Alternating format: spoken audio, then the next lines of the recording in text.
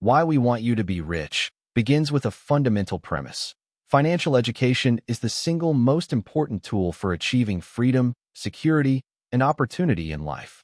Donald Trump and Robert Kiyosaki emphasize that traditional schooling rarely teaches the principles of wealth creation. Students may learn algebra, history, or science, but they are often left unprepared to manage money, understand investments, or think critically about financial risks and rewards. This gap in education is not accidental. It reflects a societal assumption that people will work for money rather than learning how to make money work for them. If this is your first time, subscribe so you don't miss out. Let's continue. The book immediately challenges readers to shift their mindset. The first lesson is simple but profound. Financial success begins with a mental framework that prioritizes opportunity over fear and action over complacency. Trump and Kiyosaki stress that it is not wealth itself that empowers, but the knowledge and confidence to navigate the financial world. Without this foundation, opportunities are overlooked, mistakes are magnified, and potential remains unrealized. One real-world illustration comes from modern America. Countless college graduates enter the workforce with significant debt and limited financial literacy. They are often taught to prioritize job stability over entrepreneurial thinking, saving over strategic investing, and paycheck security over asset creation. The book argues that this mindset perpetuates dependence on a single income stream and limits the ability to leverage capital for growth. In contrast, individuals who adopt the mindset Trump and Kiyosaki advocate understand that assets, not income, build wealth, and they seek opportunities to multiply resources rather than simply trade time for money. The authors introduce the contrast between two types of financial thinkers, which serves as a recurring theme throughout the book. The first type is the employee mindset, which values security, a steady paycheck, and avoiding risk. The second is the investor/entrepreneur mindset, which values leverage, calculated risk, and opportunities for compounding wealth. The book encourages readers to cultivate the latter. It's not about recklessness. It's about understanding how money flows, how investments grow, and how financial decisions can work for you rather than against you. Global examples further reinforce this lesson. In the United States, individuals like Warren Buffett exemplify disciplined investing over decades. In Asia, entrepreneurs such as Jack Ma of Alibaba leveraged opportunities in e-commerce at a time when traditional jobs seemed safer. Both demonstrate that wealth is rarely a result of luck. It is a result of a mindset attuned to opportunity, education, and decisive action. Closely linked to mindset is the principle of financial education as empowerment. Trump and Kiyosaki argue that people who understand how money works are far less vulnerable to economic crises, inflation, or changes in employment. They cite the 2008 financial crisis as an example. Individuals with limited financial literacy were disproportionately affected by mortgage defaults, whereas savvy investors and financially educated entrepreneurs found ways to protect and even grow their assets. This teaches the lesson that knowledge itself is an asset, sometimes even more valuable than money, because it allows one to survive and thrive regardless of external conditions. The book also emphasizes the importance of overcoming fear. Fear of failure, fear of debt, and fear of judgment prevent most people from pursuing wealth-building opportunities. Trump and Kiyosaki argue that calculated risk is essential.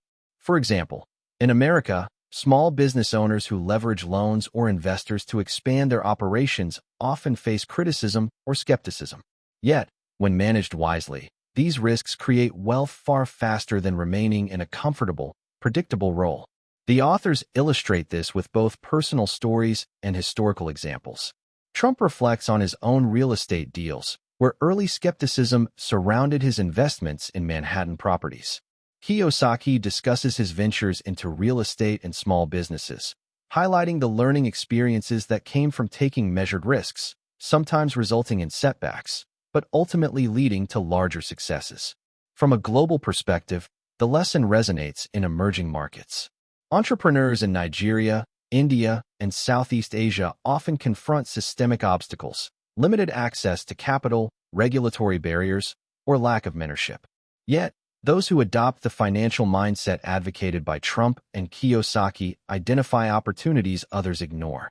For instance, Flutterwave in Nigeria and Byju's in India leveraged gaps in payment processing and education, respectively, to create billion-dollar enterprises. These successes stem not from luck, but from financial literacy, strategic thinking, and a willingness to act despite uncertainty. Exactly the lessons the book seeks to instill. Another intertwined lesson is the critical distinction between assets and liabilities. The authors stress that many people mistakenly perceive income, expensive cars, or luxury homes as indicators of wealth. In reality, these items often function as liabilities. They consume money rather than produce it. Wealth is built by acquiring assets, investments, businesses, intellectual property, real estate, that generate ongoing cash flow. For example, a rental property generates passive income while appreciating in value, whereas a luxury car may depreciate and drain resources. Understanding this distinction is foundational to financial independence. Trump and Kiyosaki weave these lessons into the narrative by using real stories and examples. One particularly striking illustration involves contrasting their rich dad and poor dad philosophies. Poor dad represents conventional wisdom. Work hard, get a good education, earn a paycheck, and save cautiously. Rich dad represents strategic thinking. Learn how money works, invest in assets, take calculated risks, and focus on long-term wealth creation. The book's thesis is that anyone can choose which mindset to adopt, and the earlier one adopts it, the greater the compounding effect over a lifetime. A modern American example is Mark Zuckerberg, who leveraged his knowledge of social networks and digital platforms to create a company that not only generates income, but also builds a portfolio of valuable assets, including Instagram and WhatsApp. Globally, entrepreneurs like Li Ka-shing, a Hong Kong billionaire, applied similar principles, turning small investments into major business empires by focusing on high-value assets rather than short-term gains. These examples show that the lessons from Why We Want You to Be Rich are universal and timeless. The final lesson in this part is the notion that financial independence empowers choice. Wealth is not about ostentation. It is about freedom, the freedom to choose one's work, lifestyle, and impact. Trump and Kiyosaki emphasize that money itself is a tool, and mastery of it allows individuals to pursue meaningful goals rather than being bound by financial necessity. For instance, someone who has built passive income streams may choose to travel, support charitable causes, or innovate without the constraints of immediate profit. This principle resonates across cultures. A financially educated entrepreneur in Brazil or India may similarly prioritize community impact, creative freedom, or personal growth, demonstrating that wealth's primary power is liberty. After establishing the mindset for financial success, Trump and Kiyosaki transition into the practical strategies that turn knowledge into wealth, investments, and entrepreneurship. The central lesson is that earning a paycheck is only one step in financial growth, and to achieve real wealth, one must learn how to make money work for them. The authors stress that employment provides stability, but wealth comes from acquiring assets that generate cash flow independent of time. A core principle is invest early, learn continuously, and leverage opportunities wisely. Trump and Kiyosaki argue that financial success is less about the amount of money one earns and more about how that money is deployed. For instance, investing in rental properties, stocks, or small businesses allows capital to generate returns exponentially, whereas spending all earnings on liabilities produces no lasting wealth. This lesson is especially critical for younger generations, who often delay investing due to fear or uncertainty, thereby missing the compounding effects of early asset growth. Real-life examples reinforce this point. Consider Elon Musk, who has used profits from PayPal to fund Tesla and SpaceX. Musk didn't simply accumulate wealth for consumption. He deployed capital strategically to create businesses with enormous long-term value. Globally, Ritesh Agarwal, founder of OYO Rooms in India, leveraged initial small investments to scale a hospitality network across continents. Both demonstrate the lesson that smart deployment of resources creates opportunities far beyond what a paycheck alone can offer. The authors also highlight the importance of financial education in risk management. Investments carry risk, but informed decisions mitigate potential loss. For example, buying undervalued real estate in emerging markets may appear risky, Yet an understanding of local trends, regulations, and customer demand transforms perceived risk into opportunity. Kiyosaki recounts personal experiences in real estate investing where careful analysis, patience, and strategic leverage turned high-risk properties into reliable income streams. The lesson is clear. Risk is not the enemy. Ignorance is. Entrepreneurship is the natural complement to investing. Trump and Kiyosaki argue that business ownership allows individuals to control cash flow, scale income, and create long-term value. They emphasize that entrepreneurship is not about avoiding a job. It is about creating multiple pathways for wealth creation. Starting a business, whether small or large, forces individuals to solve problems, understand markets, and innovate constantly. These experiences accelerate financial education far faster than traditional employment ever could. An American example is Sarah Blakely, founder of Spanx. She invested minimal personal savings into a product prototype, learned through trial and error, and scaled her business into a global brand. Her path mirrors the principles Trump and Kiyosaki outline: calculated risk, learning from failures, and turning small capital into a transformative enterprise. Similarly, Temideo Akinyemi, a Nigerian entrepreneur, started a small agritech company addressing local food supply gaps and scaled it into a sustainable business, demonstrating that entrepreneurial principles are applicable globally. A critical point the authors make is the concept of leverage. Leverage exists in multiple forms: financial, time, knowledge, and people. Financial leverage allows individuals to use borrowed capital to increase returns on investments, provided risks are understood and managed. Time leverage enables entrepreneurs to structure systems that operate independently of direct effort. Knowledge leverage involves applying expertise or insights that others may lack, while people leverage allows a leader to mobilize talent effectively. Understanding and combining these forms of leverage is essential to creating wealth that is both substantial and sustainable. Trump illustrates leverage through real estate deals. By using bank financing to acquire properties, he could control assets worth far more than his initial capital. Kiyosaki emphasizes that ordinary employees rarely achieve similar results because they trade time for money and avoid debt entirely. This is counterintuitive to conventional wisdom, yet leverage, when managed responsibly, multiplies wealth far faster than reliance on salary alone. Globally, investors in Asia and Europe have employed similar strategies. In Singapore, small investors use property-backed loans to generate rental income, while in London, strategic commercial property investments have produced multi-generational wealth. The authors also explore the power of multiple income streams. They argue that relying on a single paycheck is inherently risky, particularly in a world of economic uncertainty, layoffs, and global market shifts. Wealthy individuals diversify: rental income, dividends, business profits, royalties, and intellectual property all combine to create financial stability. Kiyosaki often references his own portfolio of businesses and investments, which allows him to thrive even during recessions. A modern example is Oprah Winfrey, whose income stems from media, licensing, investments, and philanthropy, exemplifying the book's lesson that wealth is amplified by diversification and strategic planning. Entrepreneurship also teaches financial responsibility in real time. When someone runs a business, they must understand costs, pricing, customer value, and market competition. Unlike in traditional employment, mistakes have immediate consequences, and successes are directly tied to strategic decision-making. This accelerates learning exponentially, which aligns perfectly with the book's broader theme. Financial education is not theoretical, it must be applied. The global perspective strengthens the lesson. In Brazil, fintech entrepreneurs have turned small loans and mobile payment innovations into scalable wealth-generating systems, addressing local financial gaps while building personal fortune. In Europe, startups leveraging AI and software automation generate new value streams, demonstrating that the entrepreneurial approach outlined by Trump and Kiyosaki transcends borders.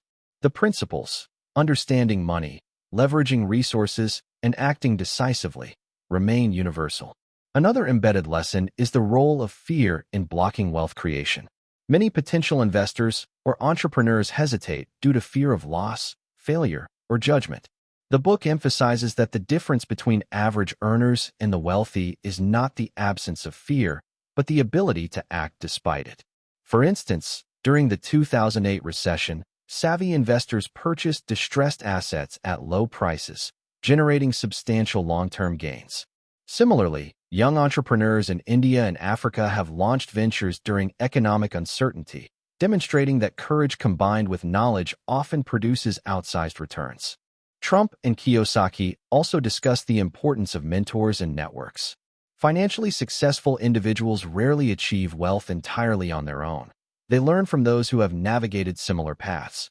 A mentor can accelerate learning, provide critical insights, and prevent costly mistakes. Examples include Warren Buffett's influence on countless investors, or how Alibaba's Jack Ma benefited from early guidance and strategic partnerships. In modern times, networking platforms like LinkedIn allow aspiring entrepreneurs to access guidance from global leaders, showing that the principle of mentorship is both timeless and adaptable to today's world. In Why We Want You to Be Rich, Trump and Kiyosaki place significant emphasis on real estate as a cornerstone of wealth building. They argue that real estate uniquely combines leverage, cash flow, appreciation, and tax advantages, making it one of the most effective vehicles for long-term wealth creation. Unlike consumer purchases, which depreciate or drain resources, real estate can generate passive income while increasing in value over time, a dual mechanism that builds both security and freedom. One embedded lesson is the strategic use of debt. The authors differentiate between good debt, which leverages assets to create income, and bad debt, which finances liabilities. Many people avoid debt entirely, fearing it as a trap. However, Trump and Kiyosaki demonstrate that understanding debt transforms it into a powerful tool. For example, taking a mortgage to purchase a rental property allows the property's cash flow and appreciation to exceed the cost of borrowing, producing wealth without requiring full upfront capital. This principle applies globally. In the United States, real estate investors routinely leverage financing to scale portfolios, while in Asia and Europe, strategic mortgage-backed acquisitions are common pathways for middle-class investors to grow net worth. The authors caution, however, that leveraging debt irresponsibly is catastrophic. Mistakes in cash flow calculations, overestimating rental income, or underestimating expenses can lead to financial strain. Trump recalls early real estate deals where market shifts or financing changes posed serious threats, but careful planning, knowledge, and resilience turned these risks into eventual successes. The lesson is clear. Debt is a tool, not a weapon, and knowledge is the guardrail that ensures it creates wealth rather than destruction. A second core principle is understanding the mechanics of business models. Trump and Kiyosaki stress that wealth comes from owning systems, not merely working in them. This is where entrepreneurship and investment intersect. A well-structured business produces ongoing cash flow and grows in value over time, similar to a well-managed real estate portfolio. They highlight the importance of scalability, the ability for a business to expand without proportionally increasing effort or cost. Modern examples abound. SaaS companies like Shopify or Canva scale globally with minimal incremental costs per new user, turning innovation into compounding income. Globally, entrepreneurs in India, Nigeria, and Brazil have applied similar lessons. Byju's, for instance, leverage technology and digital content to reach millions of students, achieving exponential growth without linear increases in staff. In Nigeria, fintech companies like Paystack and Flutterwave created payment infrastructure that scaled across borders efficiently, illustrating the universality of the lesson. Wealth multiplies when systems are structured to scale. The book also emphasizes financial literacy as a daily practice, not a theoretical concept. Kiyosaki argues that reading, observing markets, tracking investments, and learning from mistakes are habits that compound knowledge over time. In practice, this might mean studying real estate trends, analyzing stock performance, or evaluating small business ventures regularly. Globally, self-taught investors and entrepreneurs, from American stock traders to Southeast Asian business founders, demonstrate that continuous learning is a non-negotiable component of lasting wealth. Another important lesson is embracing failure as a teacher. Many people view failure as a negative endpoint, but Trump and Kiyosaki frame it as a natural, instructive part of the wealth-building journey. They recount personal setbacks, misjudged investments, deals that fell through, and businesses that initially underperformed, emphasizing that each failure provided critical insights that informed future decisions. Modern American examples include Elon Musk, whose SpaceX and Tesla ventures faced multiple near-catastrophic failures before achieving global dominance. Globally, young entrepreneurs in emerging markets frequently iterate through failed startups before finding scalable, profitable models. The lesson is universal. Failure is a data point, not a verdict. The authors also highlight the importance of tax strategy and legal structures in wealth preservation. Rich individuals leverage corporations, partnerships, and legal entities to minimize tax liabilities and protect assets. For instance, creating LLCs for rental properties or holding companies for business ventures can provide both legal protection and financial efficiency. While these tools vary by country, the principle is consistent. Smart structuring amplifies wealth and reduces vulnerability. International examples include European investors who establish holding companies for global ventures and Asian real estate entrepreneurs who optimize ownership structures to maximize returns. A crucial mindset lesson in this section is thinking like the owner, not the employee. Trump and Kiyosaki argue that employees trade time for money, often leaving potential for exponential wealth untapped. Owners, however, create systems, manage resources, and multiply outcomes. This owner mentality encourages proactive decision-making, creativity in problem-solving, and long-term strategic thinking.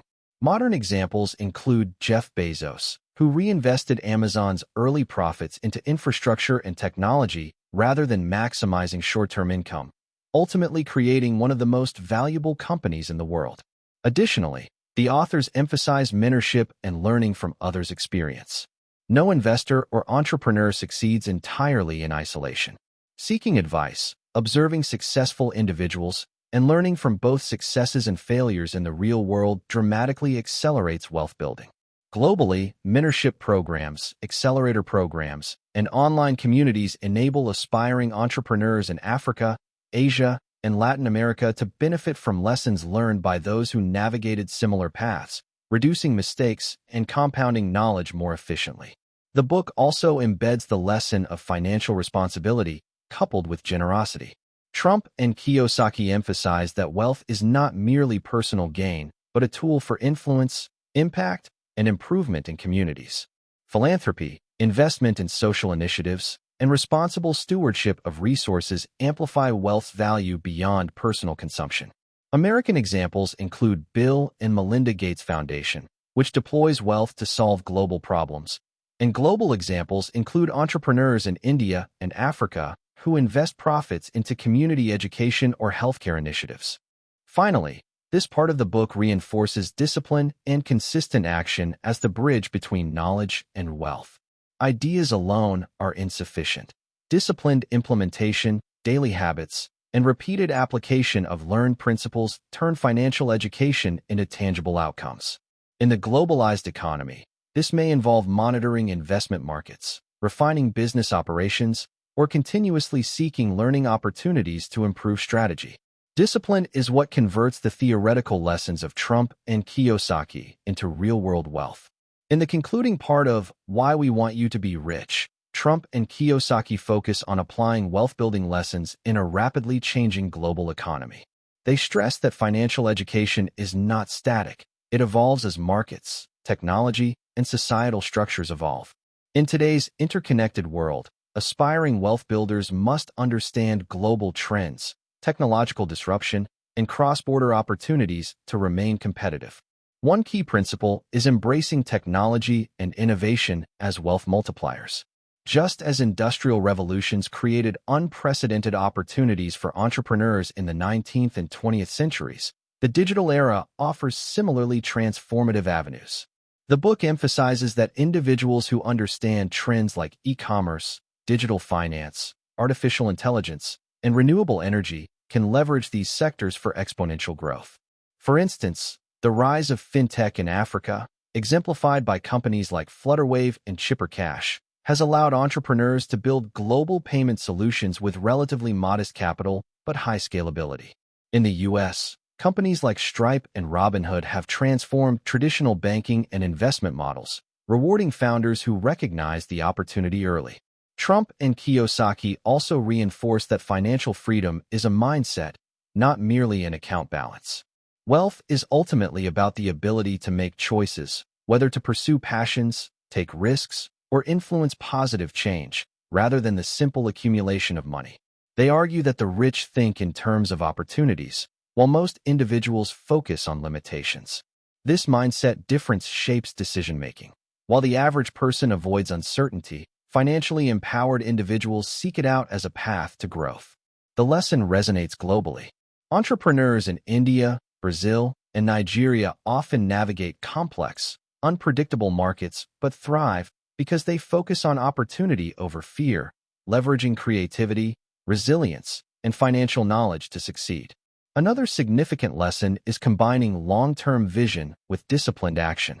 Trump and Kiyosaki repeatedly emphasize that wealth building is a marathon, not a sprint.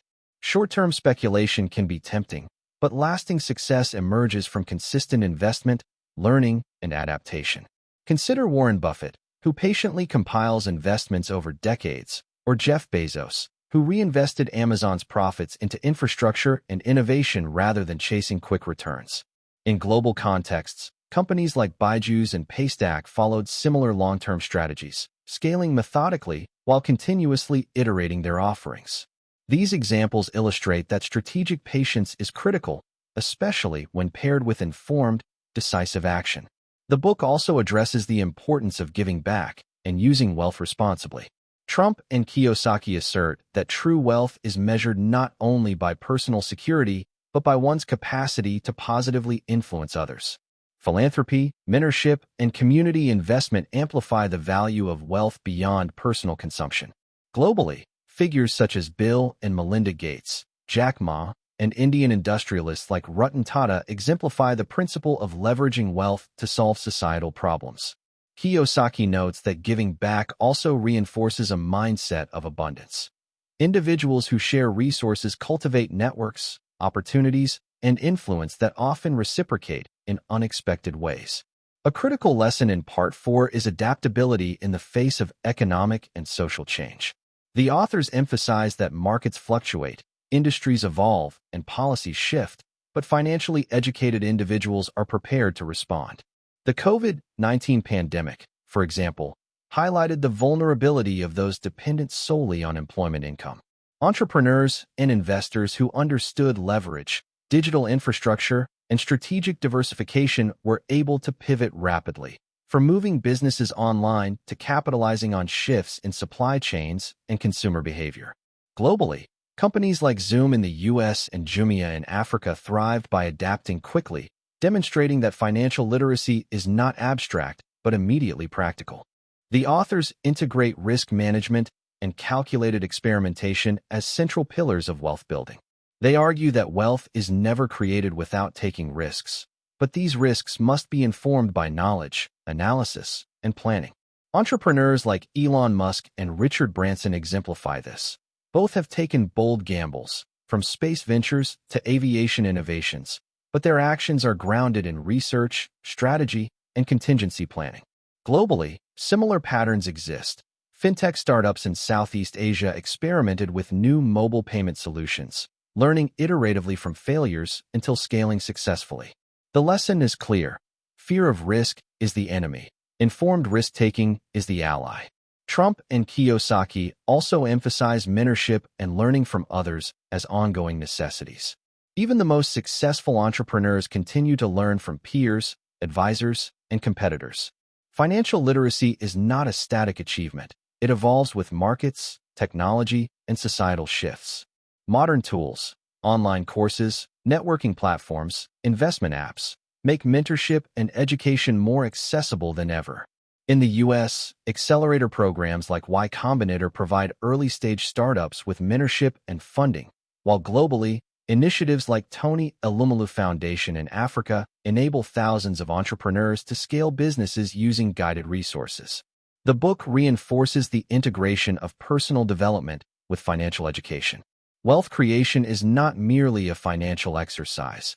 It is intertwined with mindset, discipline, and character. Trump and Kiyosaki argue that qualities such as resilience, focus, curiosity, and adaptability are as crucial as understanding assets or leverage. This lesson aligns with global trends. Entrepreneurs in India, Africa, and Latin America often confront social, economic, or infrastructural challenges. Those who cultivate resilience, creativity, and strategic thinking consistently outperform peers, demonstrating that personal development and financial knowledge are inseparable in achieving wealth. In conclusion, this final part of the book synthesizes the book's central message. Wealth is a tool for freedom, influence, and impact, and anyone can access it with the right mindset, education, and action. Trump and Kiyosaki encourage readers to adopt the principles of financial literacy, leverage, entrepreneurship, strategic investment, and continuous learning. By combining mindset and action, readers can achieve financial freedom, create scalable wealth, and positively influence their communities, whether in the United States, Europe, Africa, or Asia. The modern global economy rewards those who are educated, adaptable, and proactive, making the lessons in Why We Want You to Be Rich more relevant than ever. If this message resonated with you, subscribe and join us for more wisdom that fuels growth.